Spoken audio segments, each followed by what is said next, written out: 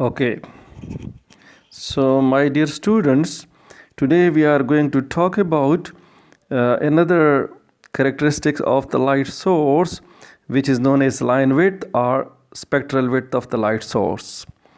So we consider a light source in this diagram. We know that the light emitting diode or the laser diode is used as a light source in the fiber optic communication system. And this light source converts the electrical signal into light signal. So the light emitting diode or the laser diode is used as a light source in the fiber optic communication system, and this source converts the electrical signal into light wave. The frequency of the light signal is represented by F, and the wavelength of the light signal is represented by lambda. So if we have an ideal source, the ideal source will convert an electrical signal into a light wave of single wavelength. So the light signal will have a single wavelength if the source is an ideal source. The ideal source is also known as monochromatic source. So you see, if we have a monochromatic source, the monochromatic source will convert the electrical signal into a light signal of a single wavelength. If we consider the light source in practice, the practical source is somehow different from the ideal source. You see, this is a practical source which converts the electrical signal into light signal. This source converts the electrical signal at a single frequency into a light signal at a range of wavelengths. You see, the range of these wavelengths is represented by lambda 1, lambda 2, lambda 3, lambda 4, and lambda 5 in this particular case.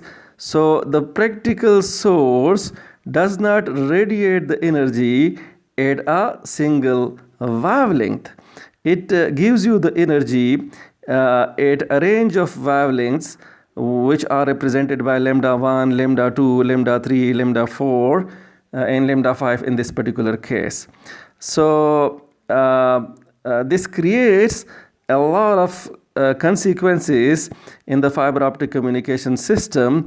We will talk about the consequences of the practical light source later on. So this is the practical source which radiates the light energy at a range of wavelengths, and these range of wavelengths is known as the line width of the light source or the spectral width of the light source. The line width or the spectral width of the light source will be represented by delta lambda in this particular case. So the line width of the source or the spectral width of the source will be represented by delta lambda in this particular course. Now we consider the relationship between the power of the light wave. P represents the power of the light wave, right? So we are going to discuss the relationship between the power of the light wave and the range of the wavelengths of the light source. So you see, here is the graphical relationship between the power of the light wave and the range of these wavelengths. The wavelength which corresponds to the maximum value of the power is represented by lambda, and this wavelength is known as the center wavelength of the source. So this wavelength is known as the center wavelength of the source. You see, at lambda 1, we get 50% of the maximum power. So this point is known as half power point. So the value of the wavelength at the half power point is lambda 1, where we get the maximum value, where we get the 50% of the maximum value of the power. Similarly, we have the half power point on this side of the graphical relationship as well, and the wavelength which corresponds to 50% of the maximum power is represented by lambda 1. So at lambda 1 we get 50% of the maximum power, and similarly at lambda 2 we get 50% of the maximum power. And we are interested in this particular region. Why? Because in this particular region the power of the light wave is equal to or greater than 50% of the maximum value of the power. So the center wavelength of the source is represented by lambda, and lambda 1 and lambda 2 are the wavelengths at half power points. We know the relationship between the frequency and the wavelength of the source. If the wavelength is large, the frequency will be small, and if the wavelength is small, then the frequency will be large. We know that the frequency is inversely proportional to the wavelength of the light wave. So we consider another graph over here. In this particular graph, we consider frequency along x-axis. In the previous graph, we considered wavelength along x-axis, but in this particular graph, we consider the frequency along the horizontal axis or along the x-axis. You see, we have power of the light wave along the vertical axis. So P represents power of the light wave. So the frequency which corresponds to the maximum value of the power is known as center frequency, and the center frequency of the source is represented by F. At F1 we get 50% of the maximum power, and similarly at F2 we get 50% of the maximum value of the power. And we are interested in this particular range. Why? Because in this particular range the power of the light wave is equal to and greater than 50% of the maximum power. So the line width of the source or the spectral width of the source is represented by delta lambda, and delta lambda can be calculated with the help of equation number 1. So lambda 2 minus lambda 1 is equal to delta lambda, which is known as the line width of the source or the spectral width of the source. Similarly, the bandwidth of the source is represented by delta F, which is equal to F2 minus F1, and this equation is equation number 2. So we can calculate the line width of the source with the help of equation number 1, and we can calculate the bandwidth of the source with the help of equation number 2.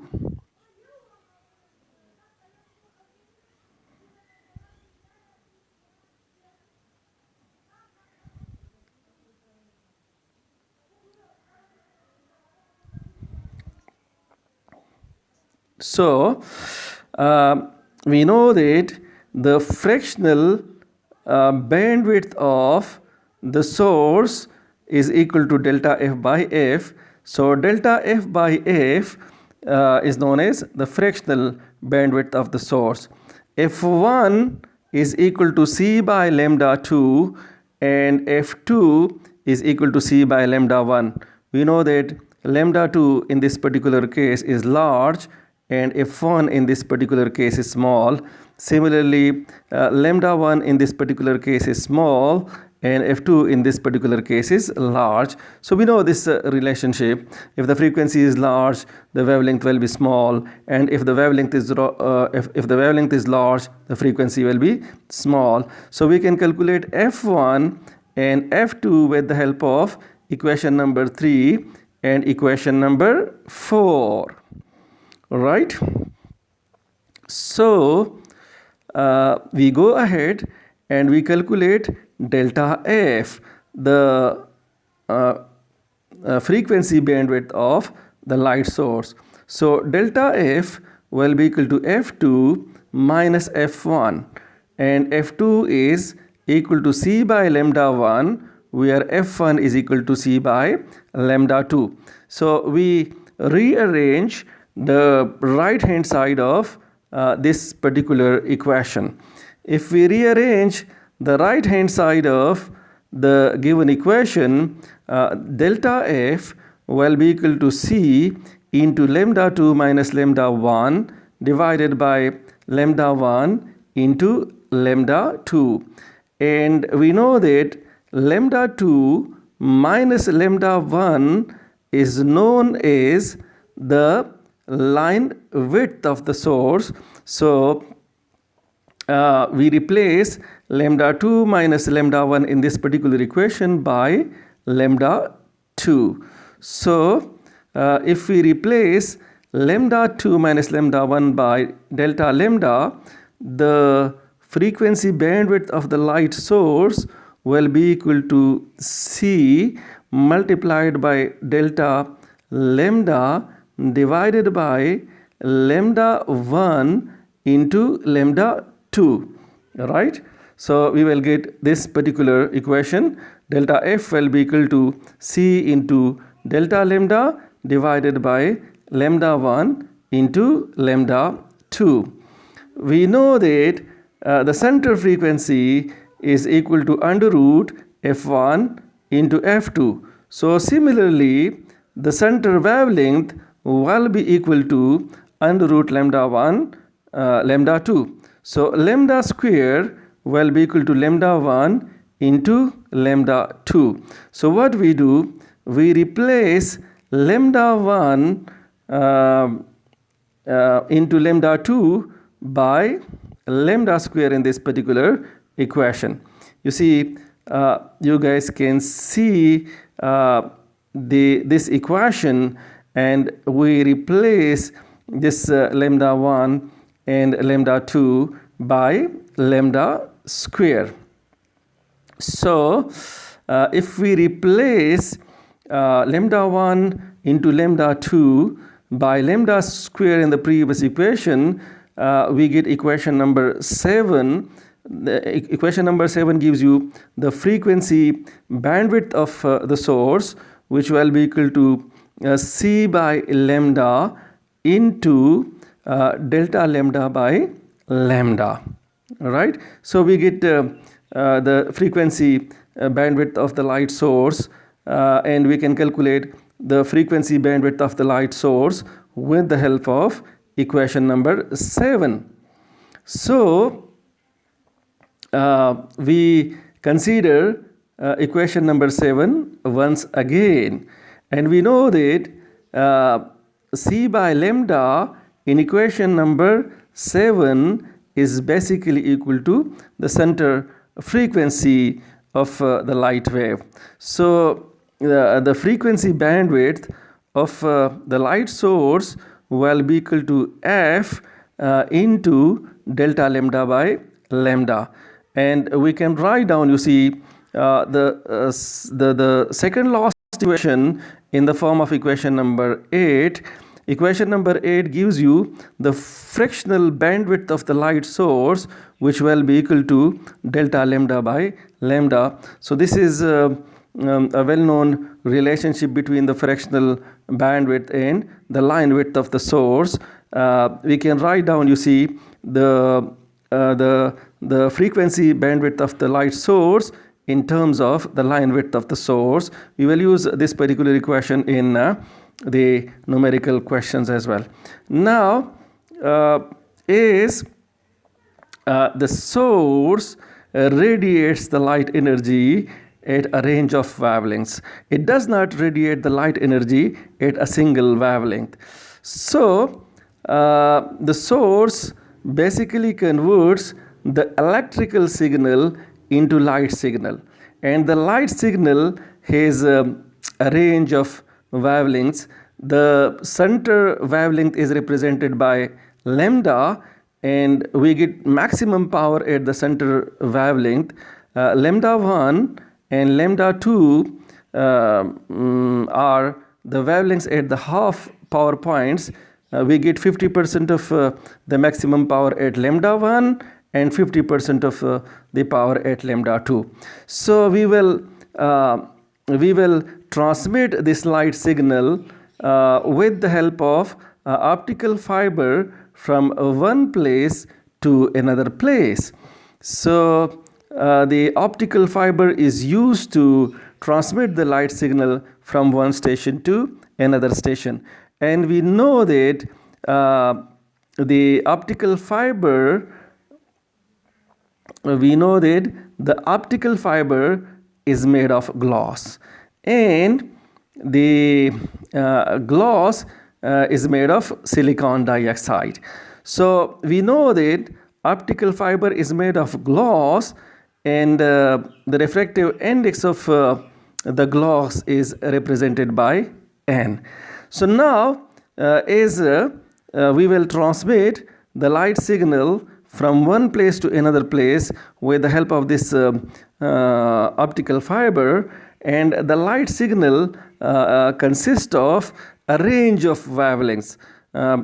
This light signal doesn't have a single wavelength. So the problem is that you see the glass, which is basically silicon dioxide, offers different refractive indices to different wavelengths. It does not offer a single refractive index to these different wavelengths. It offers different refractive indices to different wavelengths. So we can say that the refractive index of the refractive index of the glass changes with the wavelengths of the light wave. So the refractive index of the glass is a function of the wavelength. And as we know that V in the optical fiber will be equal to C by N, as the glass offers different refractive indices to different wavelengths, it means that these different wavelengths will travel with different speeds in the optical fiber. So these wavelengths will have different speeds in the optical fiber. They will not travel with the same speed. They will take different travel times inside the optical fiber. Their travel times will not be equal. So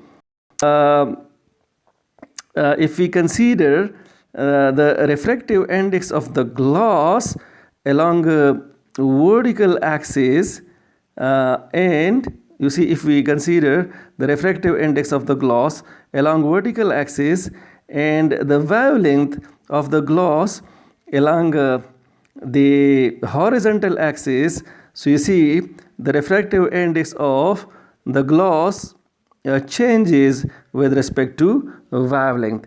And at this particular wavelength, the refractive index of the glass is 1.45. So anyhow, this graph shows that the refractive index of the glass, the refractive index of the optical fiber changes with the wavelengths, and this is an undesirable phenomena. Why? Because the velocity of the light wave in any medium is given by C by N. We have discussed, you see, this phenomena earlier, but let us discuss it again. So as the glass will offer different refractive indices to different wavelengths, it means that these different wavelengths will travel with different speeds inside the fiber. They will not travel with uniform speeds, they will not travel with same speeds, and these wavelengths will take different travel time. The travel time of lambda 1 will be different the travel time of lambda 2, and so on, right? So these wavelengths will travel with different speeds in the fiber, and they will have different travel times. The variation in the speed of wavelengths is known as dispersion. So this phenomena is known as dispersion, the variation in the velocity of the wavelengths inside the optical fiber, or the variation in the speed of the wavelengths inside the optical fiber is known as dispersion. This characteristic is due to the material of the optical fiber, so this dispersion is also known as material dispersion. So what we do, we consider an optical fiber over here. So this is an optical fiber. The length of the optical fiber is L, and this is the input light pulse. You see, you guys can see the input light pulse over here, and you guys can see the output light pulse over here. The width of the input pulse is represented by T. Now you see this light pulse at the input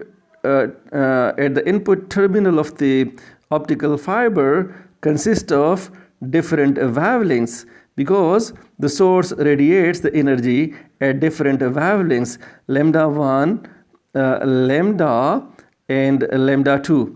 So we consider these wavelengths only, because at these wavelengths the power of the light wave will either be equal to 50% of the maximum power, or it will be greater than maximum it will be greater than 50% of the maximum power. So in this particular diagram, we assume that the travel time of lambda 1, in this particular diagram, we assume that the travel time of lambda 1 is less than the travel time of lambda 2. So the speed of lambda 1 is greater than the speed of lambda 2. So lambda 1 will take less time in the optical fiber, and lambda 2 will take more time in the optical fiber. So you see T2 in this particular case is greater than T1. The travel time of lambda 2 is greater than the travel time of lambda 1. So here is, let me erase all these points. So here is the pulse at lambda 1, and here is the pulse at lambda 2. If we add all these pulses, we get the output pulse over here, and you see the pulse spread in this particular case take place. There is a spread in the output pulse. Excuse me, this is spread. So, excuse me. Okay, so let me make it spread. So the pulse spread will take place in this particular case, and you see, let me explain this delta t. If this is T1 and if this is T2, so here is the spread. Let me draw these arrows once again, okay? To make it simple for you guys, let me draw these arrows once again. So you see, this is T1 and here is T2, right? So if you look at delta T, right, this is delta T. So delta T, the pulse spread will be equal to T2 minus T1. So you see, because of the different wavelengths of the light wave, the pulse spread, you see, will take place in the optical fiber, and this pulse spread is represented by delta T, and this delta T will be equal to T2 minus T1. So the pulse spread in this particular case is represented by delta T, and delta T will be equal to T2 minus T1. T2 is the time taken by lambda 2 in the optical fiber, and T1 is the time taken by lambda 1 in the optical fiber. In other words, T2 is the travel time of lambda 2 and T1 is the travel time of lambda 1. So we can calculate the pulse spread with the help of this particular equation. Delta T, the pulse spread will be equal to T2 minus T1, a very important equation for you guys. We will do the numerical questions. We will do a few examples in this chapter related to the pulse spread, okay? So please try to understand these equations. So, you see, let us talk about the complications. Let us talk about, you see, the problems which take place due to the pulse spread. So we discuss the consequences of the pulse spread in this particular example. So you see, if you look at the diagram, here is the fiber. So we have got the fiber, which is basically the information channel. And what we do, we transmit digital signal with the help of this optical fiber. So we consider this pulse, which is represented by 1. We consider this pulse, which is represented by 1. We consider 0, and then we consider this pulse, which is represented by 1. So basically, we want to transmit 1 0 1 1 with the help of this optical fiber, right? So these pulses will travel along the optical fiber, and at a point in the optical fiber, these two pulses will overlap as shown over here, because the spread in this pulse will take place, and similarly the spread in this pulse will take place, and because of the pulse spread, these two pulses will overlap each other, and once these two pulses overlap each other, so instead of 1 1 we will get a single 1 over here, and then we have got a 0, and definitely there will be a pulse spread in this particular pulse as well. So due to the pulse spread, some pulses will be overlapped, and there will be, you see, error in the data. There will be error in the bits, which is known as bit error rate. So the bit error rate of this digital communication system will increase, and instead of 1 0 1 1, the receiver will get 1 0 1 only. So you see, the bit error rate of this channel increases, the bit error rate of this particular fiber optic communication increases. So in order to avoid, you see, this error, what we need to do, we need to reduce the data rate. What is data rate? Data rate is the number of bits transmitted per second. So we will transmit less bits in a second. The data rate will decrease. How? You see, if you want to overcome this problem, we will transmit one, we will take some time, then after some time we will transmit one, then we will take some time, then after some time we will transmit 0, we will take our time, and then we will transmit 1. So we will take a pause between the two pulses, between the two bits. So the data rate in this particular case will decrease. So the data rate of the information channel will decrease, or the data rate of the fiber optic communication system in this particular case will decrease. Now, what we do, we consider this graph.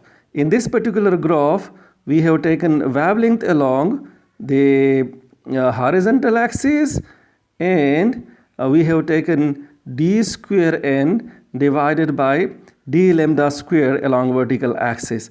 So basically, we know that the refractive index is a function of wavelength. So we can differentiate this refractive index with respect to wavelength. So over here, we have differentiated the refractive index 2 times with respect to wavelength, and we consider the graphical relationship between this quantity, this quantity and this quantity. So this is the graphical relationship between this is 0, by the way.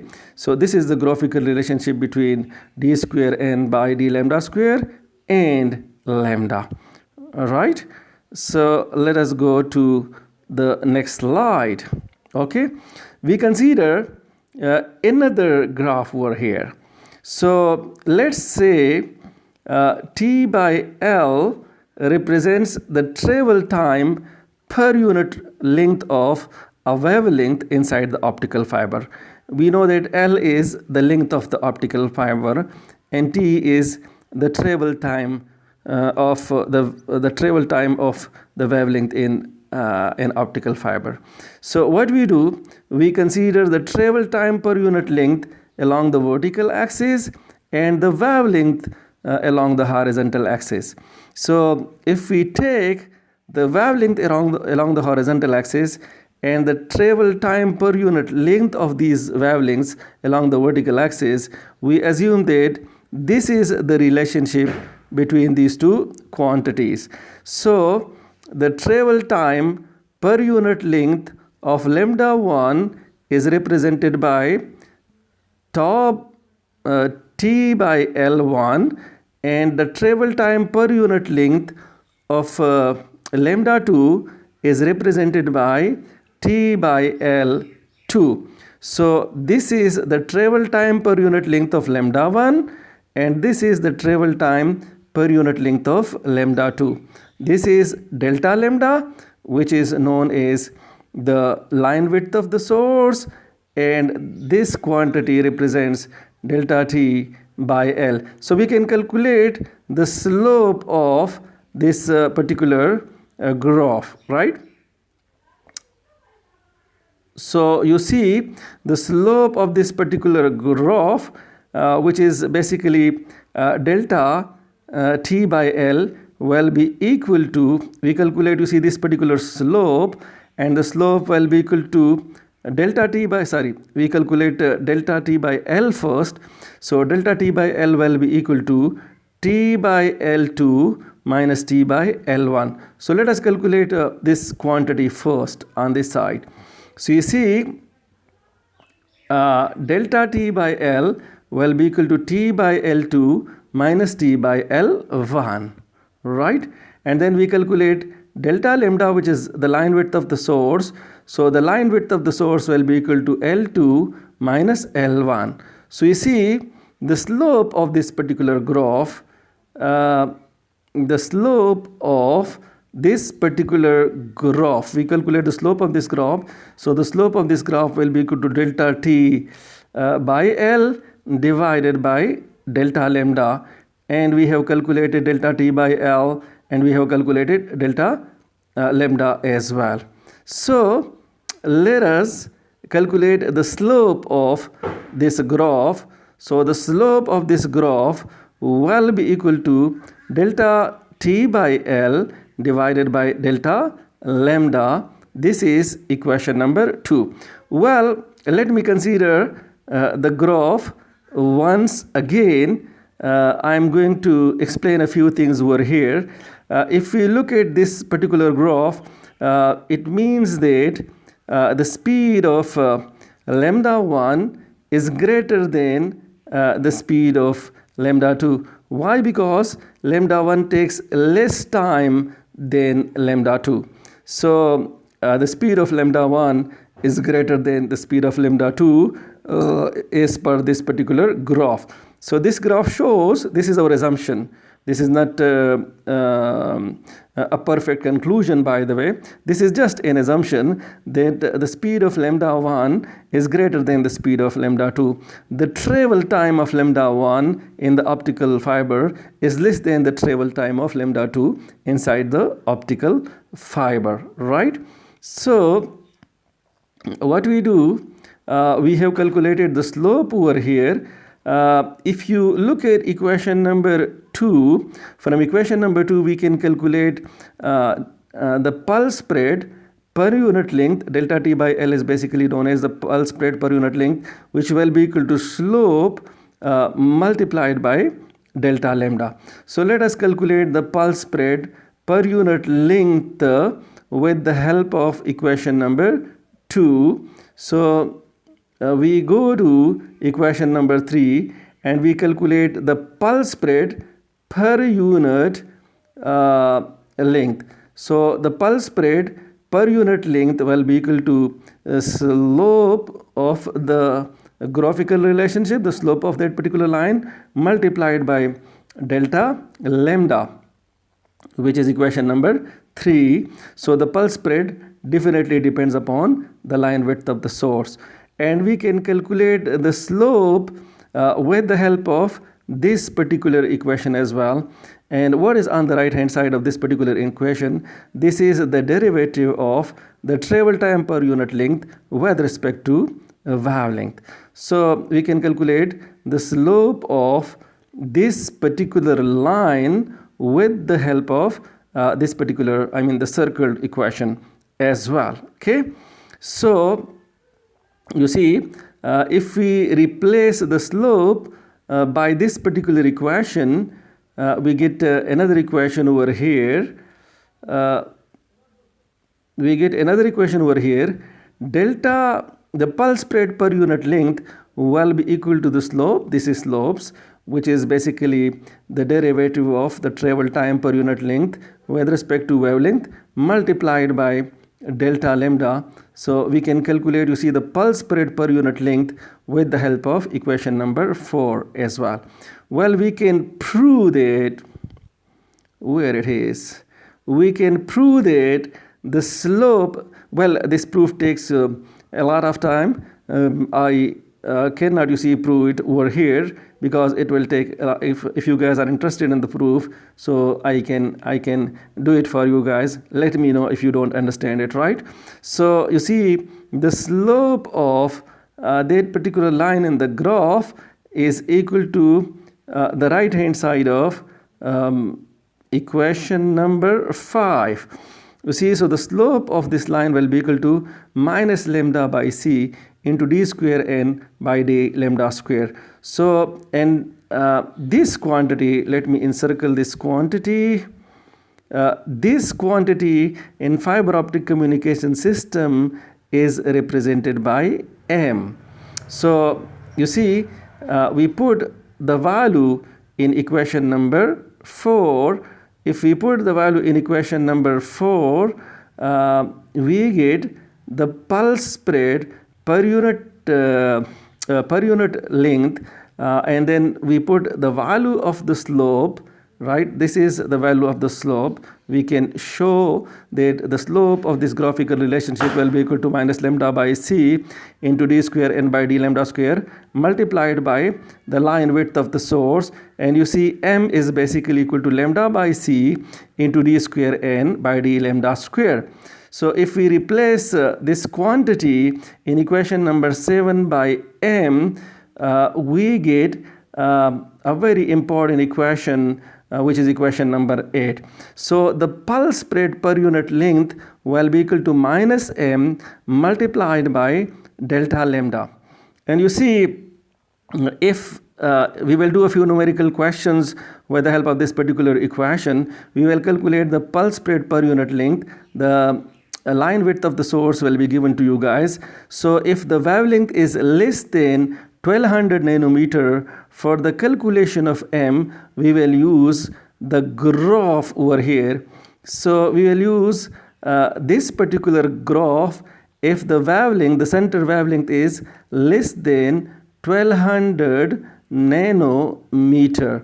So we will calculate m with the help of this particular graph if the center wavelength is 1200 nanometer. So we will use equation number 8, and equation number 8, if the center wavelength is less than 1200 nanometer, there is a graph like this one in the book, and you guys will use this particular graph to find out, you see, the value of m. Once we calculate the pulse spread per unit length, the length of the optical fiber will be known. So the total pulse spread will be equal to the pulse spread per unit length multiplied by the length of the optical fiber. You see, if the center wavelength is equal to and greater than 1200 nanometer, less than and equal to 1600 nanometer, so we will calculate m with the help of this particular equation. So what is m naught in this particular equation and what is lambda naught in this particular equation? Let us discuss it, you see, in this particular slide. So if the center wavelength is greater than 1200 nanometer, less than 1600 nanometer, we will use equation number 9 to find out this m, which is known as the coefficient of material dispersion. So m naught in equation number 9 is minus 0.095, and lambda naught in equation number 9 is 1300 nanometer. So you see, if lambda is less than 1200 nanometer, use the graph in the book to find out m, and if the wavelength in this particular range, then use equation number 9 to calculate m. You guys can calculate the pulse spread per unit length with the help of equation number 8, and then you guys can calculate the total pulse spread with the help of this particular equation. This is the total pulse spread, this is the pulse spread per unit length, and this is the length of the optical fiber. Okay, so you guys can do the numerical questions with the help of these particular equations. So thank you so much.